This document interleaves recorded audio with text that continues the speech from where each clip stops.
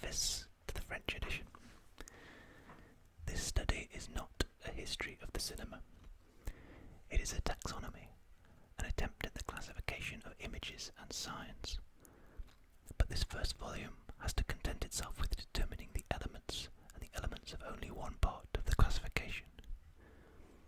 We will frequently be referring to the American logician Pierce, 1839 to 1914, because he established a general classification of images and signs, which is undoubtedly the most complete and the most varied. It can be compared to Linnaeus's classifications in natural history, or even more with Mendelev's table in chemistry. Another comparison is no less necessary. Bergson was writing Matter and Memory in 1896. It was the diagnosis of a crisis in psychology. Movement as physical reality in the external world, and the image as psychic reality and consciousness, could no longer be opposed. The Bergsonian discovery of a movement image, and more profoundly of a time image, still retains such richness today that it is not certain that all its consequences have been drawn. Despite the rather over-hasty critique of the cinema that Bergson produced shortly afterwards, nothing can prevent an encounter between the movement image, as he considers it, and the cinematographic image. In this first part, we will deal with the movement image and its varieties. The time image will be the subject of a second part.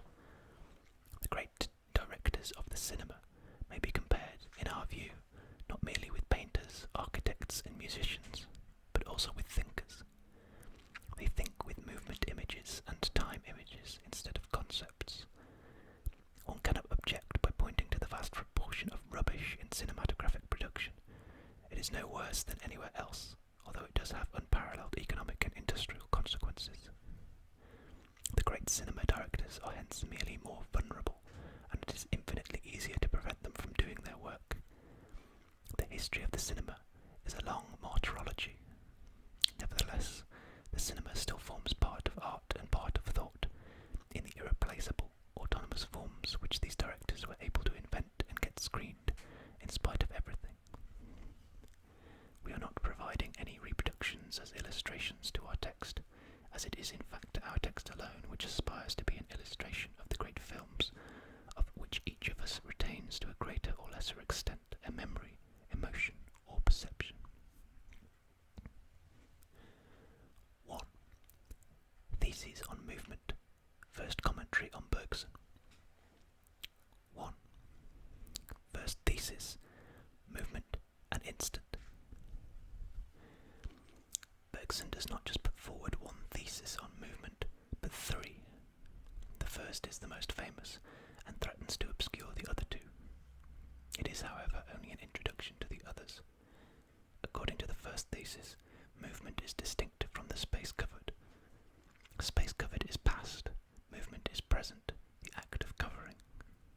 The space covered is divisible, indeed infinitely divisible, while movement is indivisible, or cannot be divided without changing qualitatively each time it is divided. This already presupposes a more complex idea. The spaces covered all belong to a single, identical, homogeneous space, while the movements are heterogeneous, irreducible among themselves. But before being developed, the first thesis contains another proposition. You cannot reconstitute movement with propositions in space or instants in time, that is, with immobile sections, coupes. You can only achieve this reconstitution by adding to the propositions, or to the instants, the abstract idea of a succession, of a time which is mechanical, homogeneous, universal, and copied from space, identical for all movements. And thus you miss the movement in two ways. On the one hand, you can bring two instants or two positions together to infinity, but movements will always occur in the interval between the two, in other words, behind your back. On the other hand, however much you divide and subdivide time, movement will always occur in concrete duration, durée. Thus each movement will have its own qualitative duration. Hence we oppose two irreducible formulas, real movement to concrete duration, and immobile sections plus abstract time. In 1907, in Creative Evolution, Bergson gives the incorrect formula a name, the Cinematographic Illusion. Cinema, in fact, works objects with two complementary givens, instantaneous sections which are called images, and a movement or a time which is impersonal, uniform, abstract, invisible, or imperceptible, which is in the apparatus, and with which the images are made to pass consecutively. Cinema thus gives a false movement. It is the typical example of false movement, but it is strange that Bergson should give the oldest illusion such a modern and recent name, cinematographic. In fact, says Bergson, when the cinema reconstitutes movement with mobile sections, it is merely doing what was already being done by the most ancient thought, Zeno's paradoxes, or what natural perception does. In this respect, Bergson's position differs from that of phenomenology, which instead saw the cinema as breaking with the conditions of natural perception. We take snapshots, as it were, of the passing reality, and as these are characteristics of the reality, we have only to string them on a becoming abstract, uniform and invisible, situated at the back of the apparatus of knowledge. Perception, intellection, language so proceed in general. Whether we would think becoming, or express it, or even perceive it, we hardly do anything else than set going a kind of cinematograph inside us. Does this mean that for Bergson the cinema is only the projection, the reproduction of a constant, universal illusion, as though we had always had cinema without realizing it? But then a whole range of problems arises. Firstly, is not the reproduction of the illusion, in a certain sense, also its correction? Can we conclude that the result is artificial because the means are artificial? Cinema proceeds with photograms, that is, with immobile sections, 24 images per second, or 18 at the outset. But it has often been noted that what it gives us is not the photogram. It is an intermediate image to which movement is not appended or added. The movement, on the contrary, belongs to the intermediate image as immediate given.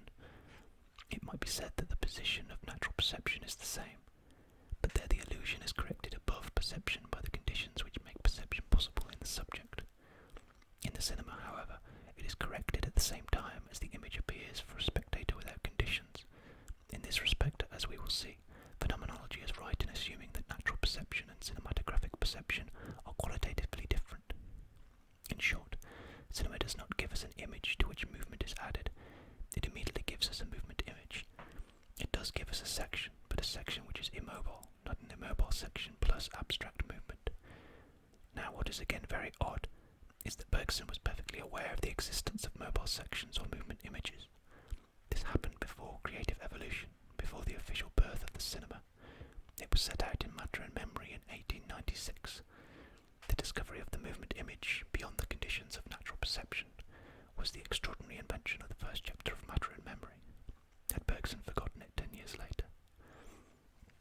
Or did he fall victim to another illusion which affects everything in its initial stages? We know that things and people are always forced to conceal themselves, have to conceal themselves when they begin. What else could they do?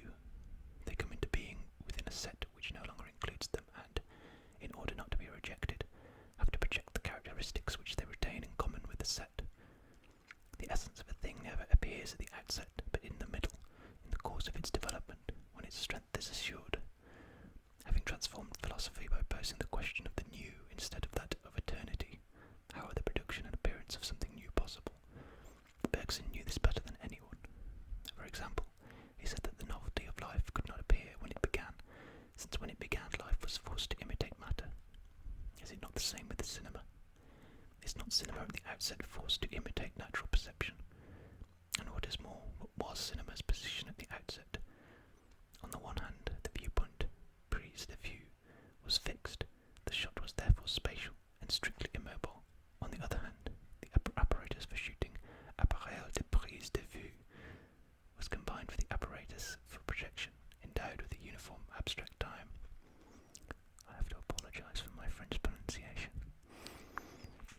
The evolution of the cinema, the conquest of its own essence or novelty, was to take place through montage, the mobile camera, and the emancipation of the viewpoint, which became separate from projection.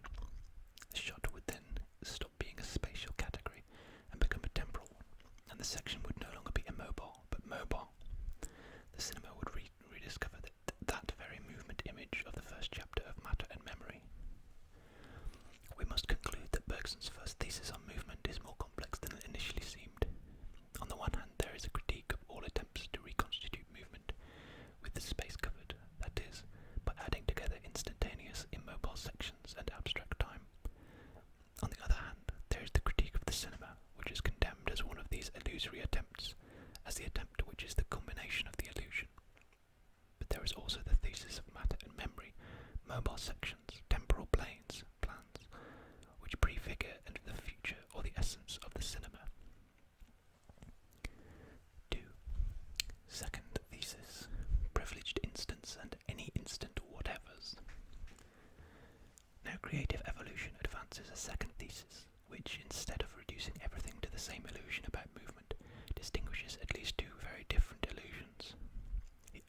remains the same, that of reconstituting movement from instants or positions. But there are two ways of doing this, the ancient and the modern. For antiquity, movement refers to intelligible elements, forms or ideas which are themselves eternal and immobile. Of course, in order to reconstitute movement, these forms will be grasped as close as possible to their actualization in a matter flux. These are potentialities which can only be acted out by being embodied in matter. But conversely, movement merely expresses a dialectic of forms, an ideal synthesis which gives it order and measure. Movement, conceived in this way, will thus be the regulated transition from one form to another, that is, an order of poses, or privileged instants, as in a dance. The forms or ideas, quote, are supposed to characterize a period of which they express the quintessence, all the rest of this period being filled by the transition, of no interest in itself, from one form to another form. They noted then the final term or culminating point, telos acme, and set it up as the essential moment. This moment, that language has retained in order to express the whole of the fact, sufficed also for science to characterize it. End quote. The modern scientific revolution has consisted in relating movement not to privileged instants, but to any instant whatever. Although movement was still recomposed, it was no longer recomposed from formal transcendent elements, poses, but from immanent material elements, sections. Instead of producing an intelligible synthesis of movement, a sensible analysis was derived from it. In this way, modern astronomy was formed by determining a relation between an orbit and the time needed to reverse it, Kepler.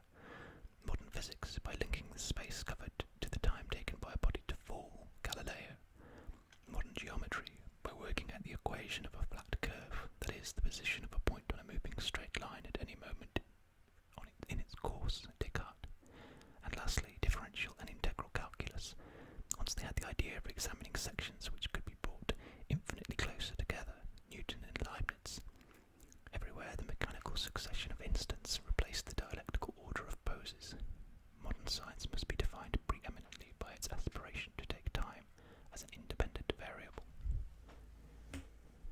Cinema seems to be the last descendant of this lineage which Bergson traced. One might conceive of a series of means of translation, train, car, aeroplane, and in parallel a series of means of expression, diagram, photo, cinema. The camera would then appear as an exchanger, or rather, as a generalized equivalent of the movement of translation. And this is how it appears in Bender's films. When we think about the prehistory of the cinema, we always end up confused because we do not know where its technological lineage begins, or how to define this lineage. We can always refer to shadow puppets, or the very earliest projection systems, but in fact the determining conditions of the cinema are the following. Not merely the photo, but the snapshot, the long exposure photo, photo de pose, belongs to the other lineage. The equidistance of snapshots, the transfer of this equidistance to a framework which constitutes the film. It was Edison and Dickinson who perforated the film in the camera. A mechanism for moving on images, Lumiere's claws. It is in this sense that the cinema is the system which reproduces movement as a function of any instant whatever, that is, as a function of equidistant instants, selected so as to create an impression of continuity. Any other system which reproduces movement through an order of exposures, poses, projected in such a way that they pass onto one another, or are transformed, is foreign to the cinema. This is clear when one attempts to define the cartoon film. If it belongs fully to the cinema, this is because the drawing no longer constitutes a pose or a completed figure, but the description of a figure, which is always in the process of being formed or dissolving through the movement of lines and points taken in any instant whatevers of their course. The cartoon film is related not to a Euclidean, but to a Cartesian geometry. It does not give us a figure described in a unique moment, but the continuity of the moment, which describes the figure. Nevertheless, the cinema seems to thrive on privileged instants. It is often said that Eisenstein extracted from movements or developments certain moments of crisis, which he made the subject of the cinema par excellence. This is precisely what he called the pathetic. He picks out pigs and shouts. He pushes scenes to their climax and brings them into collision. But this is definitely not an objection. Let us return to the cinema's prehistory famous example of the horse's gallop. This could only be dissected exactly by Mary's graphic recordings and Muybridge's equidistant snapshots, which relate the organised whole of the canter to any point whatever. If the equidistant points are chosen well, one inevitably comes across remarkable occasions, that is, the moments when the horse has one hoof on the ground, then 3, 2, 1. These may be called privileged instants, but not in the sense of the poses or generalised postures which marked the gallop in the old forms. These instants have nothing in common with long poses, and would even be formally impossible as long exposures. If these are privileged instants, it is as remarkable or singular points which belong to movement, and not as the moments of actualization of a transcendent form. The meaning of the notion has completely changed. The privileged instants of Eisenstein, or of any other director, are still any instant whatevers. To put it simply, the any instant whatever can be regular or singular, ordinary or remarkable. If Eisenstein picks out remarkable instants, this does not prevent him deriving them an imminent analysis of movement, and not a transcendental synthesis. The remarkable or singular instant remains any instant whatever among the others. This is indeed the difference between the modern dialectic, to which Eisenstein appeals, and the old dialectic. The latter is the order of transcendental forms which are actualized in a movement, while the former is the production and confrontation of the singular points which are imminent to movement. Now this production of singularities, the qualitative lib, is achieved by accumulation of banalities, quantitative process, so that the singular is taken from the any whatever, and is itself an any whatever which is simply non-ordinary and non-regular. Eisenstein himself made it clear that the pathetic presupposed the organic as the organised set of any instant whatevers through which the cuts, coupures, have to pass. The any instant whatever is the instant which is equidistant from another. We can therefore define the cinema as the system which reproduces movement by relating it to the any instant whatever. But it is here that the difficulty arises. What is the interest of such a system?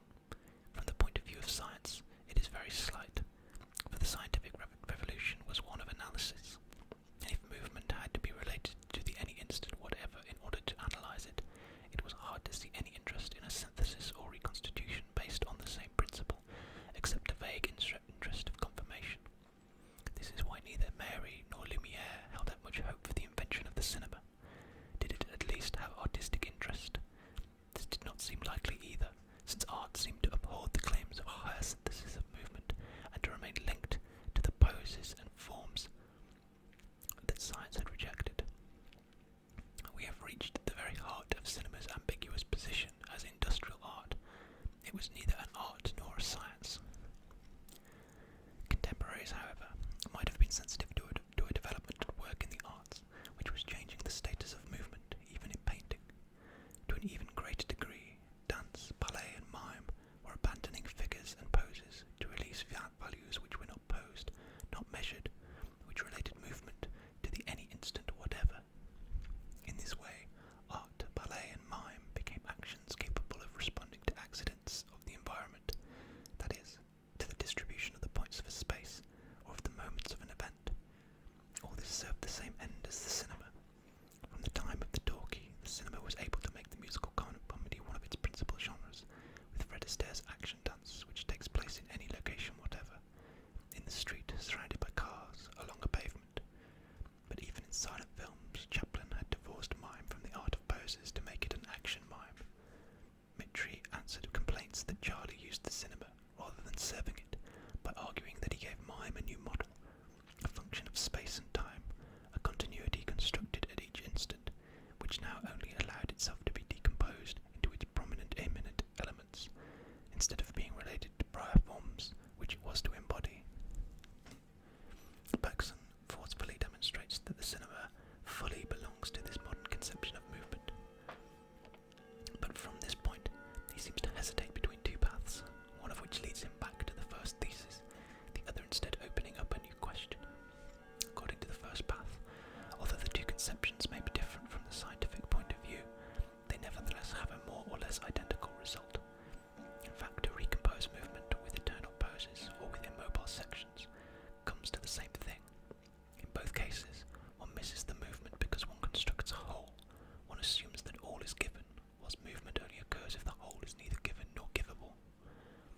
soon as a whole is given to one in the eternal order of forms or poses, or in the set of any instant whatevers, then either time is no more than the image of eternity, or it is the consequence of the set. There is no longer room for real movement. Another path, however, seemed open to Bergson, for if the ancient conception corresponds closely to ancient philosophy, which aims to think the eternal, then the modern conception, modern science, calls upon another philosophy. When one relates movement to any moment whatevers, one must be capable of thinking the production of the new, that is, of the remarkable and the singular, at any one of these moments. This is a complete conversion of philosophy. It is what Bergson ultimately aims to do, to give the modern science the metaphysics which corresponds to it, which it lacks as one half lacks the other. But can we stop once we have set out on this path?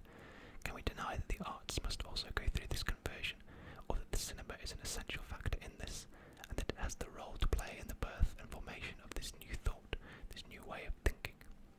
This is why Bergson is no longer content merely to corroborate his first thesis on movement. Bergson's second thesis, although it stops halfway, makes possible another way of looking at the cinema, a way in which it would no longer be just the perfected apparatus of the oldest illusion, but on the contrary, the organ for perfecting the new reality. 3. Third thesis, movement and change.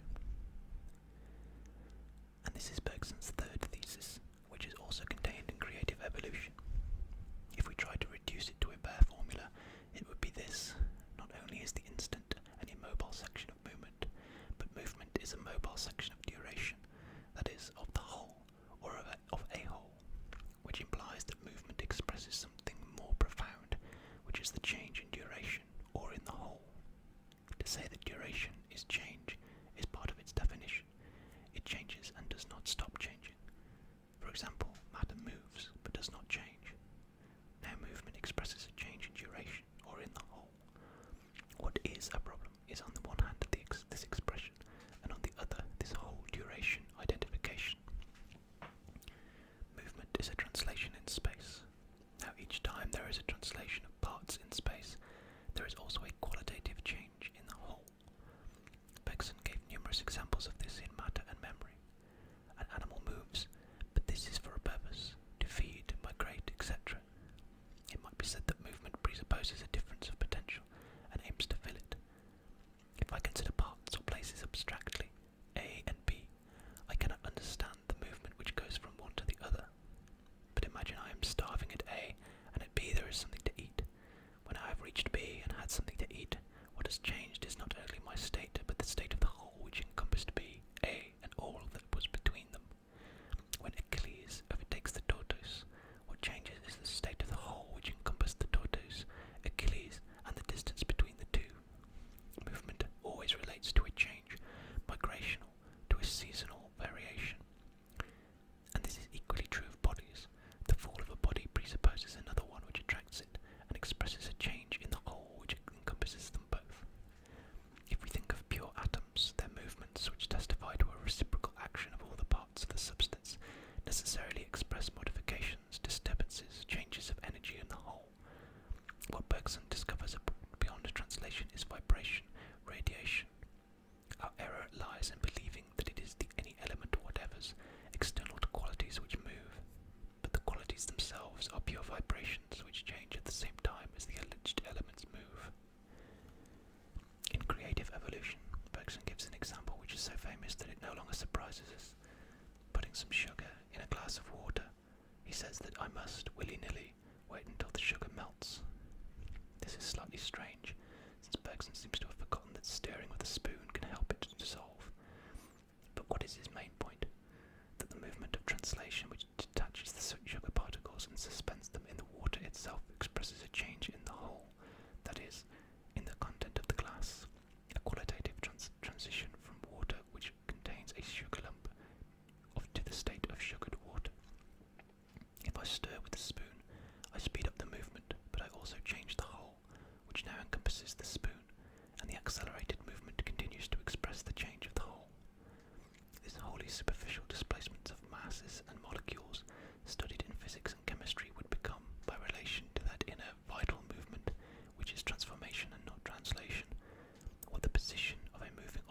refers to the movement of that object in space. Thus, in his third thesis, Bergson puts forward the following analogy. Immobile sections over movement equals movement as mobile section over qualitative change. The only difference is this: the ratio on the left-hand side expresses an illusion, and that on the right-hand side, a reality. Above all, what Bergson wants to say using the glass of sugared water is that my waiting, whatever it be, expresses a duration as mental, spiritual reality. But why does this spiritual duration bear witness, not only for me who wait, but for a whole which changes? According to Bergson, the whole is neither given nor givable, and the error of modern science, like that of ancient science, lay in taking the whole as given, in two different ways. Many philosophers had already said that the whole was neither given nor givable. They simply concluded from this that the whole was a meaningless notion. Bergson's conclusion is very different. If the whole is not givable, it is because it is the open, and because its nature is to change constantly, or to give rise to something new, in short, to endure. The duration of the universe must therefore be one with the latitude of creation which can find place in it, so that each time we find ourselves confronted with a duration, or in a duration, we may conclude that there exists somewhere a whole which is changing, and which is open somewhere. It is widely known that Bergson initially discovered duration as identical to consciousness, but further study of consciousness led him to demonstrate that it only existed insofar as it opened itself upon a whole, by coinciding with the opening up of a whole. Similarly, for the living being, in comparing the living being to a whole, or to the whole of the universe, Bergson seems to be reviving the most ancient simile. However, he completely reverses its terms, for if the living being is a whole, and therefore comparable to the whole of the universe, this is not because it is a microcosm as closed as the whole is assumed to be, but, on the contrary, because it is open upon a world, and the world, the universe, is itself the open. Wherever anything lives, there is, open somewhere, a register in which time is being inscribed. If one had to define the whole, it would be defined by relation. Relation is not a property of objects, it is always external to its terms. It is also inseparable from the open, and displays a spiritual or mental existence. Relations do not belong to objects, but to the whole, on condition that this is not confused with a closed set of objects. By movement in space, the objects of a set change their respective positions, but through relations, the whole is transformed or changes qualitatively. We could say of duration itself, or of time, that it is the whole of relations. The whole and the wholes must not be confused with sets. Sets are closed, and everything which is closed is artificially closed. Sets are always sets of parts, but a whole is not closed, it is open, and it has no parts except in a very special sense, that it cannot be divided without changing qualitatively at each stage of the division. The real might well be, we conceive, an indivisible continuity. The whole is not a closed set, but on the contrary, that by virtue of which the set is never absolutely closed, never completely sheltered, that which keeps it open somewhere as if by the finest thread which attaches it to the rest of the universe. The glass of water is indeed a closed set containing the parts, the water, the sugar, perhaps the spoon, but that is not the whole. The whole creates itself, and constantly creates itself in another dimension without parts, like that which carries along the set of one qualitative state to another, like the pure ceaseless becoming which passes through these stages. It is in this sense that it is spiritual or mental. The glass of water, the sugar, and the process of the sugar's melting in the water are abstractions, and the whole within which they have been cut out by my senses and understanding progresses, it may be, in the manner of a consciousness. In any case, this artificial division of a set or of a closed system is not a pure illusion. It is well founded, and, if it is impossible to break the link of each thing with the whole, this paradoxical link which ties it to the open, it can at least be drawn out, stretched to infinity, made finer and finer.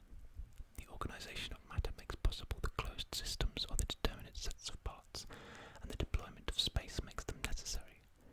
But the point is that the sets are in space, and the holes are in duration, or duration itself, insofar as it does not stop changing. So that the two formulas which correspond to Bergson's first thesis now take on a much more rigorous status.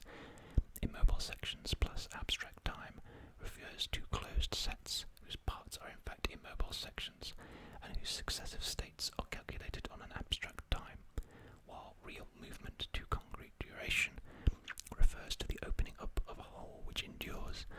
whose movements are so many mobile sections crossing the closed systems. The upshot of this third thesis is that we find ourselves on three levels. 1. The sets or closed systems which are defined by discernible objects or distinct parts. 2. The movement of translation which is established between these objects and modifies their respective positions. 3. The duration or the whole, a spiritual reality which constantly changes according to its own relations. Thus, in a sense, movement has two aspects. On one hand, that which happens between objects or parts. On the other hand, that which expresses the duration or the whole. The result is that duration, by changing qualitatively, is divided up in objects, and objects, by gaining depth, by losing their contours, are united in duration. We can therefore say that movement relates the objects of a closed system to open duration, and duration to the objects of the system which it forces to open up. Movement relates the objects between which it is established to the changing whole which it expresses, and vice versa. Through movement, the whole is divided up into objects, and objects are reunited in the whole, and indeed between the two, the whole changes. We can consider the objects or parts of a set as immobile sections, but movement is established between these sections and relates the objects or parts to the duration of a whole which changes, and thus expresses the changing of the whole in relation to the object, and is itself a mobile section of duration. Now we are equipped to understand the profound thesis of the first chapter of Matter and Memory. 1. There are not only instantaneous images, that is, immobile sections of movement. 2. There are movement images, which are mobile sections of duration. 3. There are, finally, time images, that is, duration images, change images, relation images, volume images, which are beyond movement itself. Chapter 2. Frame and shot, framing and cutting. 1. The first level, frame, set, or closed system. We will start with very simple definitions, even though they may have to be corrected later. We will call the determination of a closed system a relatively closed system, which includes everything which is present in the image, sets, characters, and props. Framing. The frame therefore forms a set which has a great number of parts, that is, of elements, which themselves form subsets. It can be broken down. Obviously, these parts are themselves an image. This is why Jacobson calls them object signs, and Pasolini synemes. However, this terminology suggests comparisons with language.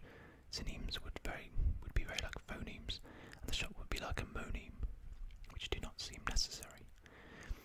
For if the frame has an analogue, it is to be found in an information system rather than a linguistic one. The elements are the data, which are sometimes very numerous, sometimes a limited number. The frame is therefore inseparable from two tendencies, towards saturation or towards rarefaction. The big screen and depth of field in particular have allowed the multiplication of independent data to the point where a secondary scene appears in the foreground while the main one happens in the background, whiler, or where you can no longer even distinguish between the principal and the secondary, ultimate. On the other hand, rarefied images are produced either when the whole accent is placed on a single object, in Hitchcock the glass of milk lit from the inside in Suspicion, the glowing cigarette end in the black rectangle of the window in Rear Window, or when the set is emptied of certain subsets, Antonioni's deserted landscapes, Ozu's vacant interiors. The highest degree of rarefaction seems to be attained with the empty set, when the screen becomes completely black or completely white. Hitchcock gives an example of this in Spellbound, when another glass of milk invades the screen, leaving only an empty white image. But from either side, whether rarefaction or saturation,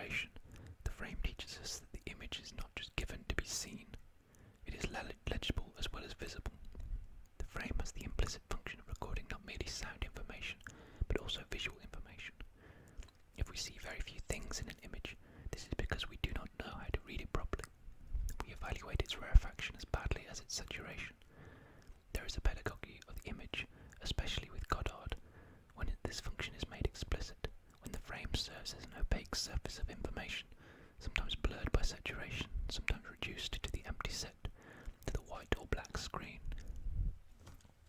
In the second place, the frame has always been geometrical or physical, depending on whether it constitutes the closed system in relation to chosen coordinates or in relation to selected variables. The frame is therefore sometimes conceived of as a spatial composition of parallels and diagonals, the constitution of a receptacle such that the blocks, masses, and the lines of the image which come to occupy it will find an equilibrium, and their movements will find an invariant. It is often like this in Dreyer. Antonioni seems to go to the limit of this geometric conception of the frame which pre-exists that which is going to be inserted within it, eclipse.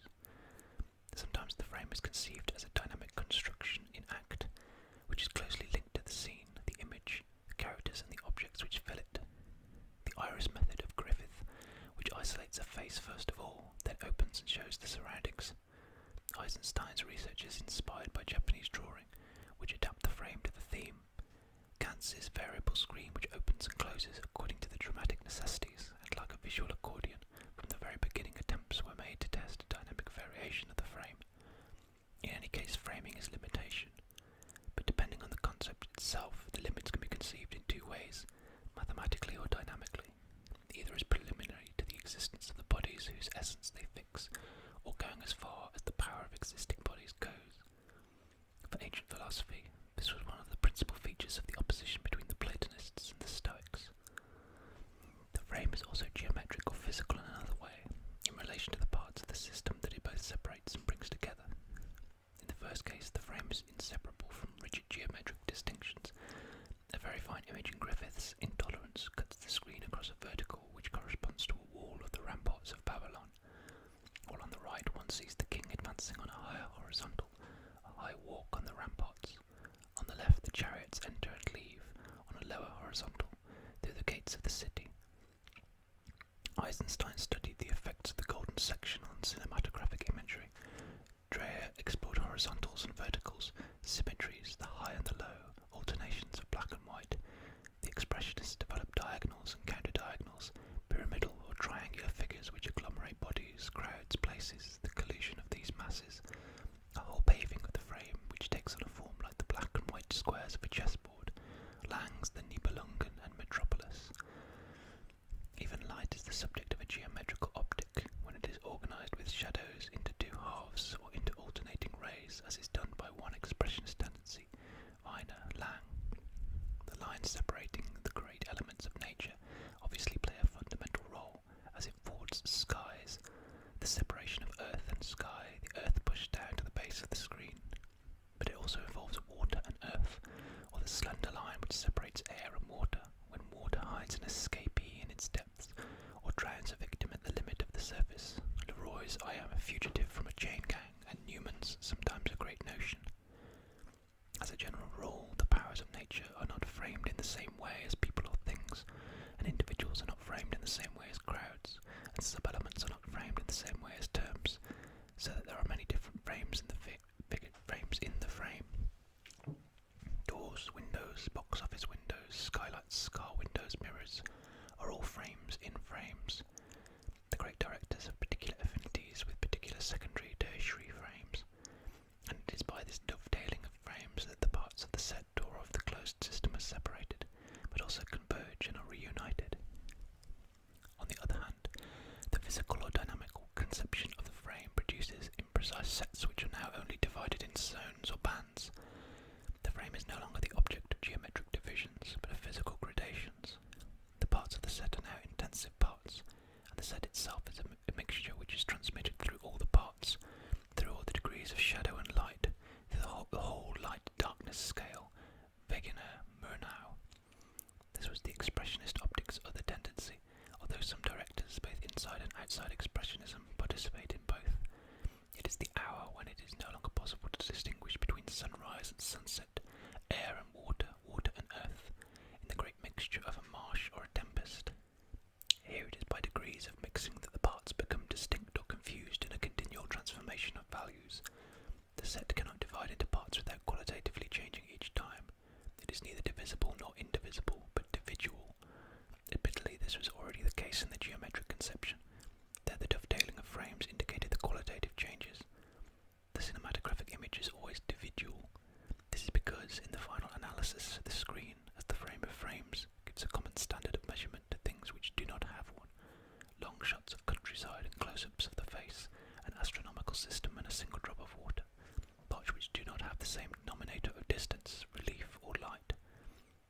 senses the frame ensures a deterritorialization of the image. In the fourth place, the frame is related to an angle of framing. This is because the closed set is itself an optical system which refers to a point of view on the set of parts. Of course, the point of view can be, or appear to be, bizarre or paradoxical. The cinema shows extraordinary points of view, at ground level, or from high to low, from low to high, etc. But they seem to be subject to a pragmatic rule which is not just valid for the narrative cinema. To avoid falling into an empty aestheticism, they must be explained. They must be revealed as normal and regular, either from the point of view of a more comprehensive set which includes the first, or from the point of view of an initially unseen, not given, element of the first set. In Jean Mitry we find a description of a sequence which is exemplary here. Lubitsch's The Man I Killed. The camera, in a lateral, mid-height travelling shot, shows a row of spectators seen from behind and tries to glide to the front, then stops at a one-legged man whose missing leg provides a vista on the scene, a passing military parade. It thus frames the good leg, the crutch, and under the stump of the parade. Here we have an eminently bizarre angle of framing, but another shot shows another cripple behind the first, one with no legs at all, who sees the parade in precisely this way, and who actualizes or accomplishes the preceding point of view. It can therefore be said that the angle of framing was justified. However, the pragmatic rule is not always valid, or even when it is valid, it is not the whole story. Bonitzer has constructed the interesting concept of deframing, décratage, in order to designate these abnormal points of view which are not the same as an oblique perspective or a paradoxical angle, and refer to another dimension of the image. We find examples of this in Dreyer's cutting frames, faces cut by the edge of the screen in The Passion of Joan of Arc. We see it even more in empty spaces like those of Ozu, which frame a dead zone, or in disconnected spaces as in Bresson, whose parts are not connected and are beyond all narrative or generally pragmatic justification, perhaps tending to confirm that the visual image has a legible function beyond its visible function. There remains the outer field, or champ. This is not a negation, neither is it sufficient to define it by the non-coincidence between two frames, one visual and the other sound. For example, in Bresson, when the sound testifies to what is not seen and relays the visual instead of duplicating it. The outer field refers to what is neither seen nor understood, but is nevertheless perfectly present. This presence is indeed a problem, and itself refers to two new conceptions of framing. If we return to Bazin's alternative of mask or frame, we see that sometimes this frame works like a mobile mask, according to which every set is extended into a larger homogeneous set with which it communicates, and sometimes it works as a pictorial frame which isolates the system and neutralizes its environment. This duality is most clearly expressed in Renoir and Hitchcock. In the former, space and action always go beyond the limits of the frame, which only takes elements from an area. In the latter, the frame confines all the components and acts as a frame for a tapestry rather than one for a picture or a play. But if a partial set only communicates formally with its outer field through the positive characteristics of the frame and the reframing, it is nonetheless true that a system which is closed, even one which is very closed up, only apparently suppresses the outer field, and in its own way gives it an even more decisive importance. All framing determines an outer field. There are not two types of frame, only one of which would refer to the outer field. There are rather two very different aspects of the outer field, each of which refers to a mode of framing. The divisibility of content means that the parts belong to various sets, which constantly subdivide into subsets, or are themselves the subset of a larger set onto infinity. This is why content is defined both by the tendency to constitute closed systems, and by the fact that this tendency never reaches completion. Every closed system also communicates. There is always a thread to link the glass of a sugared water to the solar system, and any set whatever to a larger set. This is the first sense of what we call the outer field. When a set is framed, therefore seen, there is always a larger set, or another set with which the first forms a larger one, and which can in turn be seen, on condition that it gives rise to a new outer field, etc. The set of all these sets forms homogeneous continuity, a universe, or a plane, of genuinely unlimited content. But it is certainly not a whole, although this plane, or these larger and larger sets necessarily have an indirect relationship with the whole. We know the insoluble contradictions we fall into when we treat the set of all sets as a whole. It is not because the notion of the whole is devoid of sense, but it is not a set and does not have parts. It is rather that which prevents each set, however big it is, from closing in on itself, and that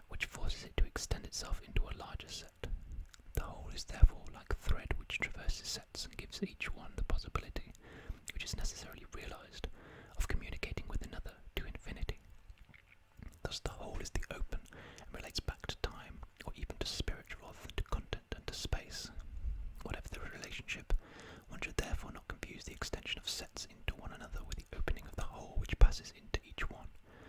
A closed system is never absolutely closed, but on the one hand it is connected in space to other systems by a more or less fine thread, and on the other hand it is integrated or reintegrated into a whole which transmits a duration to it along this thread. Hence it is perhaps not sufficient to distinguish, with Birch, a discrete space from an imaginary space in the outer field, the imaginary becoming concrete when it in turn passes into a field, when it thus ceases to be outer field. In itself, or as such, the outer field already has two qualitatively different aspects, a relative aspect by means of which a closed system refers in space to a set which is not seen, and which can in turn be seen, even if this gives rise to a new unseen set onto infinity, and an absolute aspect by which the closed system opens onto a duration which is immanent to the whole universe, which is no longer a set and does not belong to the order of the visible. Deframings, dégradage, which are not pragmatically justified, refer to precisely this second aspect as their raison d'être. In one case, the outer field designates that which exists elsewhere, to one side or around. In the other case, the outer field testifies to a more disturbing presence, one which cannot even be said to exist, but rather to insist or subsist, a more radical elsewhere, outside homogeneous space and time. Undoubtedly, these two aspects of the outer field intermingle constantly, but when we consider a framed image as a closed system, we can say that one aspect prevails over the other, depending on the nature of the thread. The thicker the thread which links the seen set to other unseen sets, the better the outer field fulfills its first function, which is the adding of space to space. But when the thread is very fine, it is not content to reinforce the closure of the frame or to eliminate the relation with the outside. It certainly does not bring about a complete isolation of the relatively closed system, which would be impossible. But the finer it is, the further duration descends into the system like a spider, the more effectively the outer field fulfills its other function, which is that of introducing the transspatial and the spiritual into the system which is never perfectly closed. Dreyer made this into an ascetic method. The more the image is spatially closed, even reduced to two dimensions, the greater is its capacity to open itself onto a fourth dimension, which is time, and onto a fifth, which is spirit, the spiritual decision of Genie or Gertrude. When Claude Ollier defines Antonioni's geometric frame, he not only says that the awaited character is not yet visible, the first functions of the outer field, but also that he is momentarily in a zone of emptiness, white on white, which is impossible to film, and truly invisible, the second function. And in another way, Hitchcock's frames are not content to neutralize the environment, to push the closed system as far as possible and to enclose the maximum number of components in the image. At the same time, they make the image into a mental image, open, as we will see, onto a play of relations which are purely thought and which weave a whole. This is why we said that there is always outer field, even in the most closed image, and that there are always simultaneously the two aspects of the outer field, the actualizable relation with other sets, and the virtual relation with the whole. But in the one case, the second relation, the most mysterious, is reached indirectly onto infinity, through the intermediary and the extension of the first, in the succession of images, or in the other case it is reached more directly, in the image itself, and by limitation and neutralization of the first. Let us summarize the results of this analysis of the frame. Framing is the art of choosing the parts of all kinds which become part of a set. This set is a closed system, relatively and artificially closed. The closed system determined by the frame can be considered in relation to the data that it communicates to the spectators. It is informatic, and saturated or rarefied. Considered in itself and as limitation, it is geometric or dynamic and physical. Considered in the nature of its parts, it is still geometric or physical and dynamic. It is an optical system when it is considered in relation to the point of view, to the angle of framing. It is then pragmatically justified, or lays claim to a higher justification. Finally, it determines an outer field, sometimes in the form of a larger set, which extends it, sometimes in the form of a whole into which it is integrated. 2. The second level, shot and movement. Cutting, decoupage, is the determination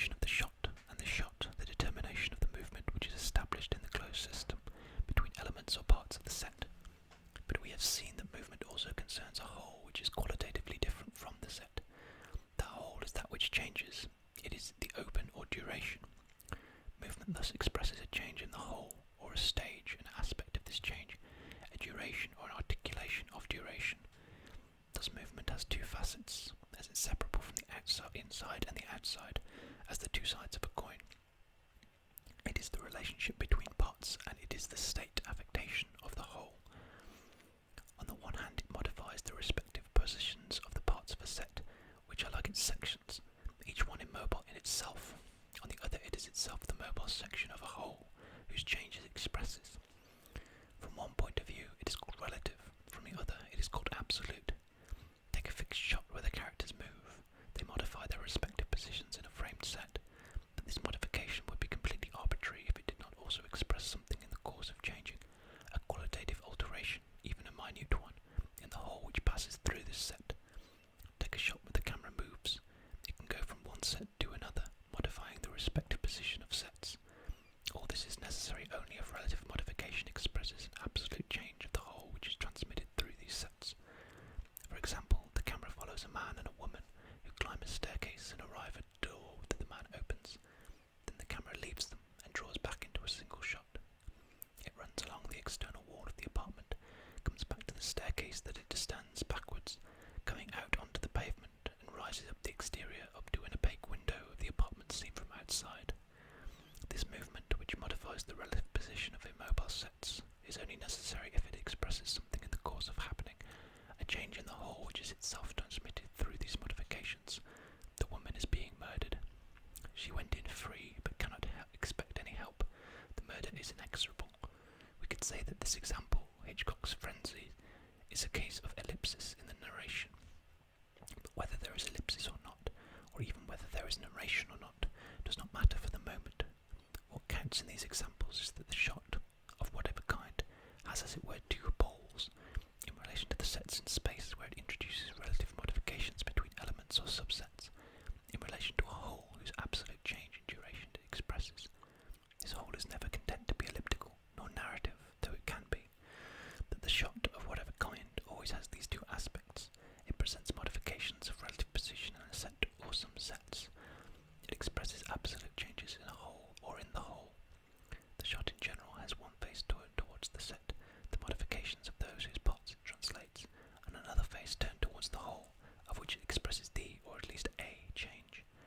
Hence the situation of the shot, which can be defined abstractly as the intermediary between the framing of the set and the montage of the whole, sometimes tending towards the pole of framing, sometimes tending towards the pole of montage. The shot is movement considered from this dual point of view, the translation of the parts of the set which spreads out in space, and change of a whole which is transformed in duration. This is not merely an abstract determination of the shot, for the shot finds its concrete determination insofar as it continually brings about the transition from one aspect to the other, the apportionment or distribution of the two aspects, their perpetual conversion. Let us return to the three Bergsonian levels, the sets and their parts, the whole which fuses with the open or change in duration, and the movement which is established between parts or sets, but which also expresses duration, that is, the change of the whole. The shot is like the movement which continuously ensures conversion, circulation. It divides and subdivides duration according to the objects which make up the set. It reunites objects and sets into a single identical duration. It continuously divides duration into subdurations which are themselves heterogeneous, and reunites those into a duration which is immanent to the whole of the universe. Given that it is a consciousness which carries out the divisions and reunions, we can say of the shot that it acts like a consciousness. But the sole cinematographic consciousness is not us, the spectator, nor the hero. It is the camera, sometimes human, sometimes inhuman or superhuman. Take, for example, the movement of water, that of a bird in the distance, or that of a person on a boat. They are blended into a single perception, a peaceful whole of humanized nature. But then the bird, an ordinary seagull, sweeps down and wounds the person. The three fluxes are divided and become external to each other. The whole will be reformed, but it will have changed. It will have become the single consciousness or the perception of a whole of birds, testifying to an entirely bird-centered nature, turned against man in infinite anticipation. It will be redivided again when the birds attack, descending on the modes, places and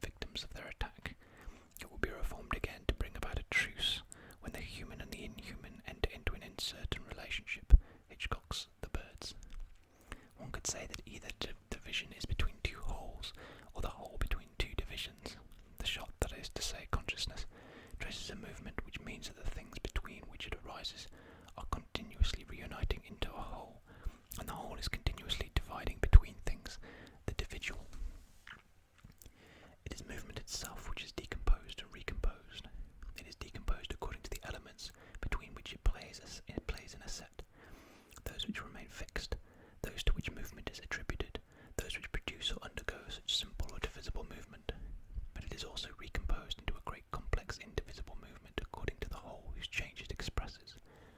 Certain great movements are like a director's signature, which characterize the whole of a film, or even the whole of an oeuvre, but resonate with the relative movement of a particular side image or a particular detail in the image. In an exemplary study of Murnau's Faust, Eric Romer showed how the movements of expansion and contraction were apportioned between people and objects in a pictorial space, but also expressed genuine ideas in the filmic space, good and evil, God and Satan. Orson Welles often describes two movements which are formed, one of which is like a horizontal linear flight in a kind of elongated, striated cage, latticed worked, and the other a singular sweep whose vertical axis performs a high or a low angle shot from a height. These movements are those which had already inspired Kafka's literary work, and we can infer that Welles has an affinity with Kafka, which goes beyond the film of the trial, explaining why Welles needed to confront Kafka directly.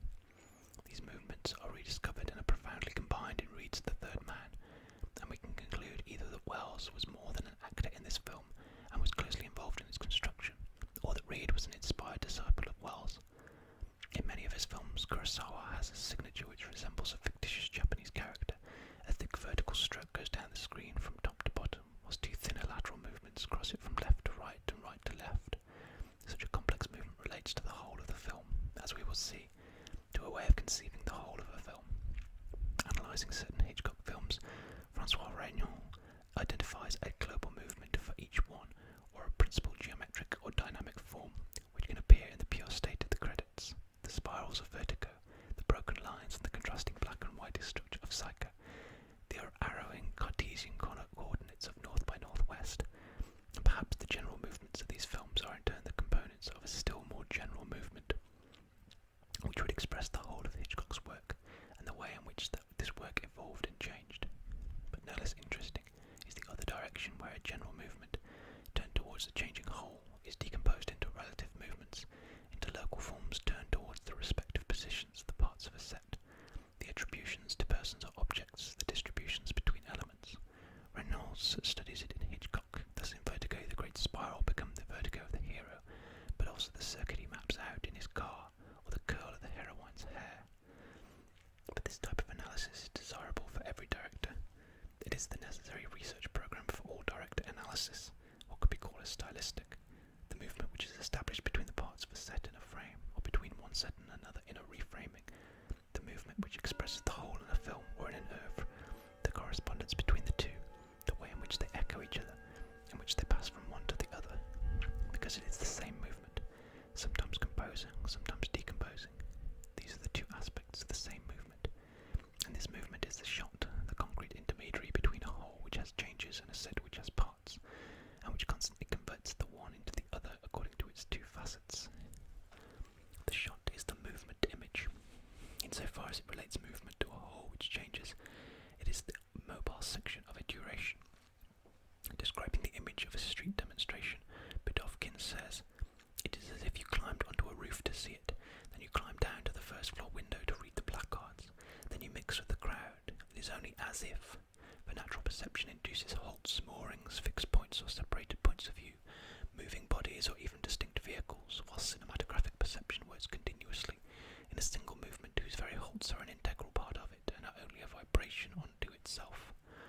Take for example the famous shot in King Vidor's The Crowd, what Mitri called one of the most beautiful tracking shots in the whole silent cinema.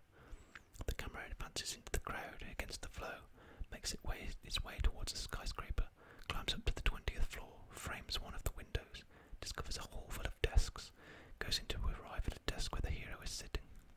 Or take the famous shot in Murnau's The Last Laugh.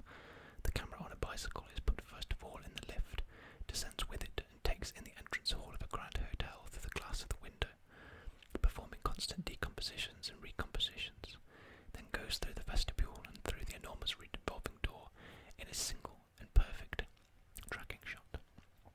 Here the camera involves two movements, two moving bodies or two vehicles, the lift and the bicycle. It can show the one, which is part of the image, and hide the other.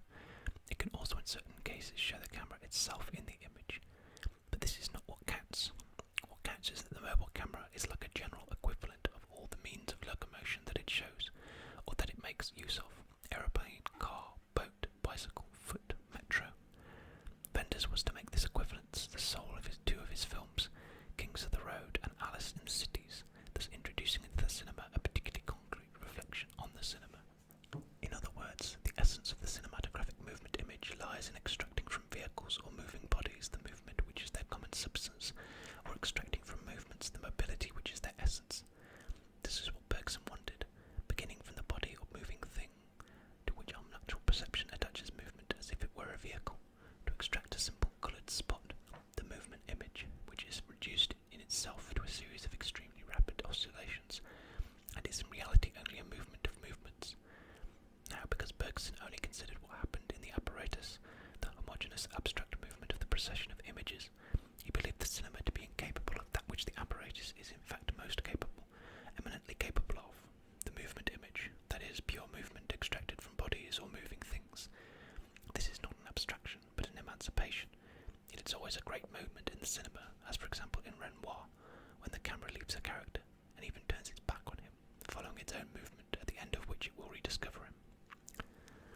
By producing in this way a mobile section of movements, the shot is not content to express the duration of a whole which changes, but constantly puts bodies, parts, aspects, dimensions, distances, and the respective positions of the bodies which make up a set in the image into variation. The one comes about through the other. It is because pure movement varies the elements of the set by dividing them up into fractions with different denominators, because it decomposes and recomposes the set, that it also relates to a fundamentally open whole, whose essence is constantly to become or to change, to endure, and vice versa. Epstein has the most deeply and poetically extracted this nature of the shot as pure movement, comparing it to a cubist or simultaneous painting. All the surfaces are divided, truncated, decomposed, broken, as one imagines that they are in the thousand-faceted eyes of the insect, descriptive geometry, whose canvas is the limit shot. Instead of submitting to perspective, this painter splits it, enters it.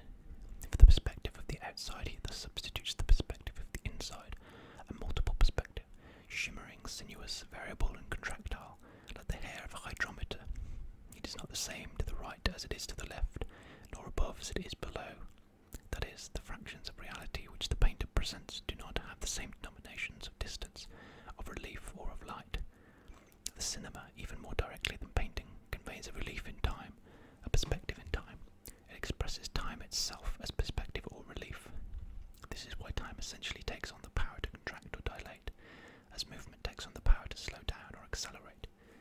Epstein comes closer to the concept of the shot. It is a mobile section, that is a temporal perspective or a modulation. The difference between the cinematographic image and the photographic image follows from this. Photography is a kind of moulding. The mould organises the internal forces of the thing in such a way that they reach a state of equilibrium at a certain instant, immobile section. However, modulation does not stop when equilibrium is reached, and constantly modifies the mould, constitutes a variable, continuous, temporal mould. This is the movement image that Bazin contrasts from this point of view with the photo. The photographer proceeds via the intermediary of the lens to a point where he literally takes a luminous imprint, a cast. But the cinema realises the paradox of moulding itself on the time of the object, and of taking the imprint of its duration as well. 3. Mobility, montage, and the movement of the camera. What happened when the camera was fixed? The situation has often been described. In the first place, the frame is defined by a unique and frontal point of view, which is that of the spectator on an invariable set. There is therefore no communication of mutually referring variable sets.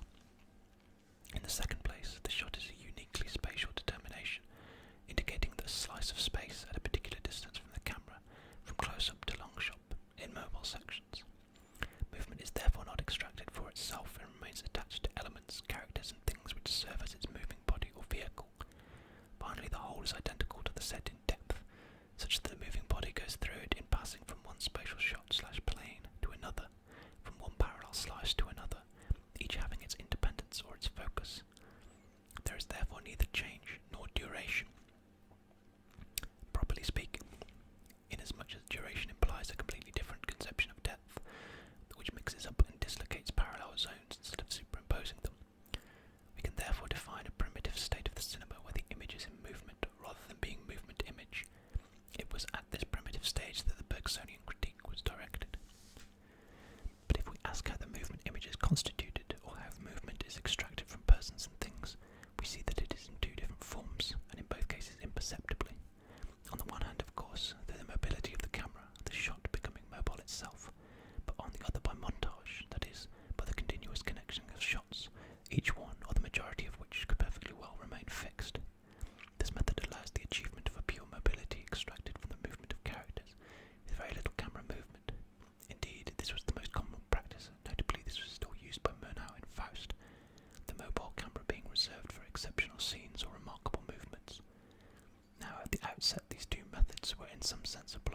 conceal themselves.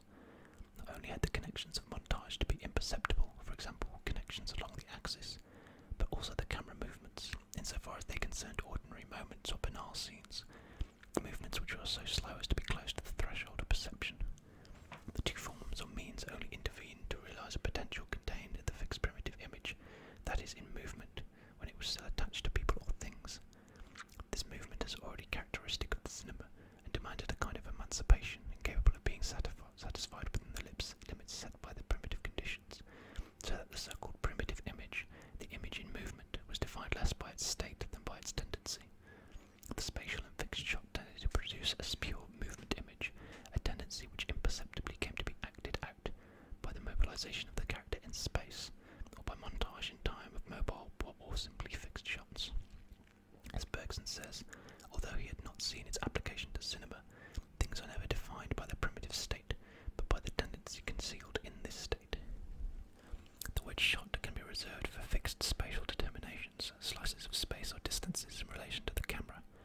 This is the way Jean Métry defined it, not only when he condemned the expression sequence shot, which according to him was incomprehensible, but with more justification when he saw the tracking shot not as a shot but as a sequence of shots. It is then the sequence of shots which inherits the movement and the duration. But since this is not an adequately determinate notion, it is necessary to create more precise concepts to identify the unities of movement and duration. We see this in Christian Mers's syntagms and Raymond Belleur's segments. But from our point of view, for the moment, the notion of shot has sufficient unity and extension if it is given its full projective, perspectival, or temporal sense. In fact, a unity is always that of an act which includes such a multiplicity of passive or acted elements. Shots, as immobile spatial determinations, are perfectly capable of being, in this sense, the multiplicity which corresponds to the unity of the shot, as mobile section or temporal perspective. The unity will vary according to the multiplicity that it contains, but will be no less the unity of this correlative multiplicity. We can distinguish several cases here. In the first case, the continuous movement of the camera which defines the shot, whatever the changes of angle or of multiple points of view, for example, a tracking shot. In a second case, the continuity of connection constitutes the unity of the shot, although this unity has as its content two or more successive shots which can moreover be fixed.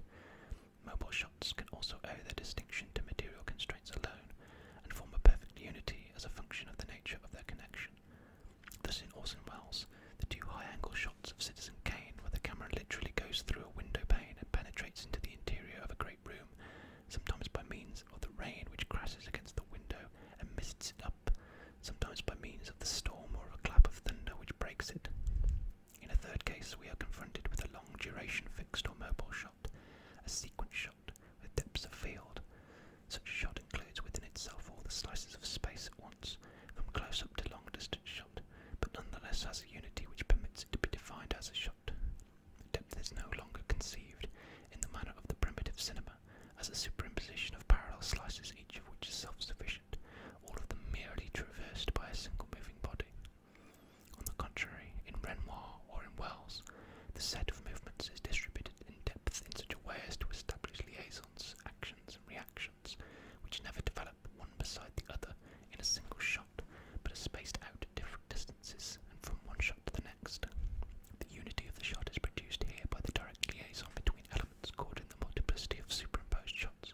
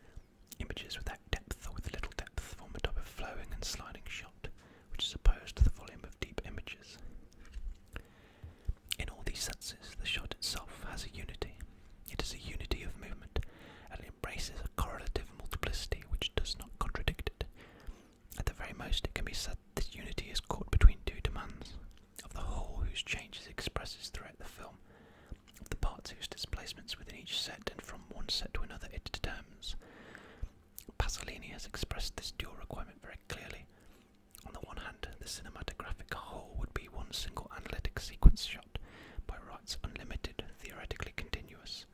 On the other, the parts of the film would in fact be discontinuous, dispersed, disseminated shots without any assignable link. Therefore the whole must renounce its ideality and become the synthetic whole of the film which is realised in the montage of the parts, and conversely the past must be selected, coordinated, enter into connections and liaisons which, through montage, reconstitute the virtual sequence shot or the analytic whole of the cinema. But there is no such division between the shot in fact and the shot as it ought by right to be, which leads to Pasolini's great aversion to the sequence shot, which is always maintained in virtuality. There are two aspects which are equally as of fact and right, and which manifest the tension of the shot as unity. On the one hand, the parts and their sets enter into relative continuities, by imperceptible connections, by camera movements, by sequence shots of fact, with or without depth of field. But there will always be breaks and ruptures, which show clearly enough that the whole is not here, even if continuity is re-established afterwards. The whole intervenes elsewhere, and in another order, as that which prevents sets from closing in on themselves or on each other, that which testifies to an opening which is irreducible to continuities as well as to their ruptures. It appears in the dimension of a duration which changes and never ceases to change. It appears in false continuities as an essential pole of the cinema. False continuities can come into play in a set, Eisenstein, or in the passage from one set to another between two sequence shots, Dreyer. This is indeed why the sequence shot does not merely interiorize montage in the shooting.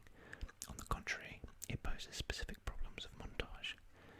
In a conversation on montage, Narboni, Sylvie, Pierre and Rivette ask, where did Gertrude happen? Where did Dreyer make it happen? And the answer that they gave is, it happened in the splicing. False continuity is neither a connection of continuity, nor a rupture or a discontinuity in